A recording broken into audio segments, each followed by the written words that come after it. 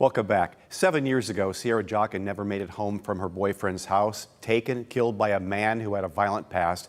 Since then, Sierah's family's been pushing to make sure violent offenders are always on police and their victims' radar.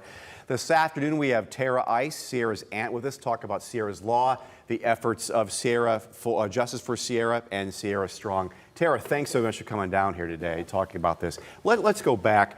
Tell me about your niece. What was she like? She was a ball of energy, just always involved in everything, planning family events, and she would volunteer, she would work, she would play volleyball, she did everything. Everyone felt loved by her. And her life was taken, and your family had to endure the trial and all of that whole thing.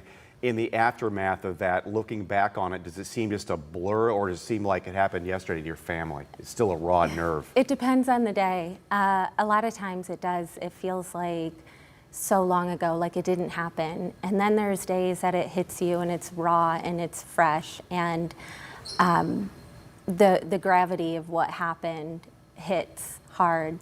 You know, we really always try to focus on the good, and there are days that the bad just really hits you. 2020 has done a documentary that will be airing tomorrow night on ABC. Were you taking part in that, and what do you know about the production of that? Yes, we've worked with them for a couple months now, and we're excited to see what the final product is. We know that they are sharing, obviously, the story and how we got to where we are. But then they're also going to be sharing the good that has come from her life and the positive impact that we've had. Well, yeah, one positive thing was getting Sarah's law pushed through, or getting that, and that had, I mean, I know the state legislature takes forever to change things. That had to be a real chore. How did you go about that? So we were fortunate to have former Senator Randy Gardner be our champion. He really was the one that pushed it, and we worked with him for 2 years to get this passed, and we're happy to still be working with the Buckeye Sheriff's Association and helping them know and use it more easily, and also the public. Tell exactly what that law is. So the law is a violent offender database, primarily for law enforcement, but there is a public accessibility portion to it. And if you are moving your daughter into college, or your son into another location, you can go in and ask for the violent offenders that live in your area. So we're working with making that process a little bit easier. Since that time, what effect have you seen that it's doing some real good?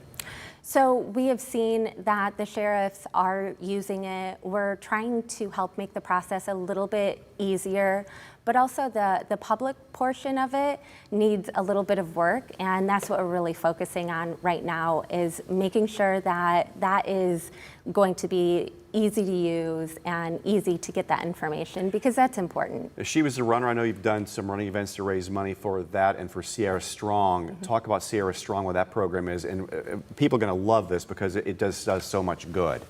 So we have two initiatives with Sierah Strong. We have Sierah Strong for the community and Sierah Strong for the schools. Our community event, we're actually working at restructuring it and working with law enforcement and also FBI and other people to create a new kind of community program, updated community program. And then Sierah Strong for the schools is a curriculum that meets state standards and national standards, and it teaches self-defense and self-awareness. We have 15 lessons, so 12 in PE that teach self-defense, and then 3 in self-awareness. How many schools take part in this program, and how could they get involved if someone else is watching? So we've had more than 20 schools who have participated in it. We've impacted more than 2,000 students. Currently, we're around 10 schools, and they can contact me through our website, or they can register directly on our website for the curriculum. The classes, so in a school, it's a group setting. How is that more effective maybe than an individual setting? Because everybody encourages everyone else to take part? So I think what's most important is that they're learning these skills repetitively. So then they're going to learn and know exactly what to do if they're in a compromising situation. So for us, we want that curriculum to be in there so they're learning it every single year. So if something happens, they know what to do.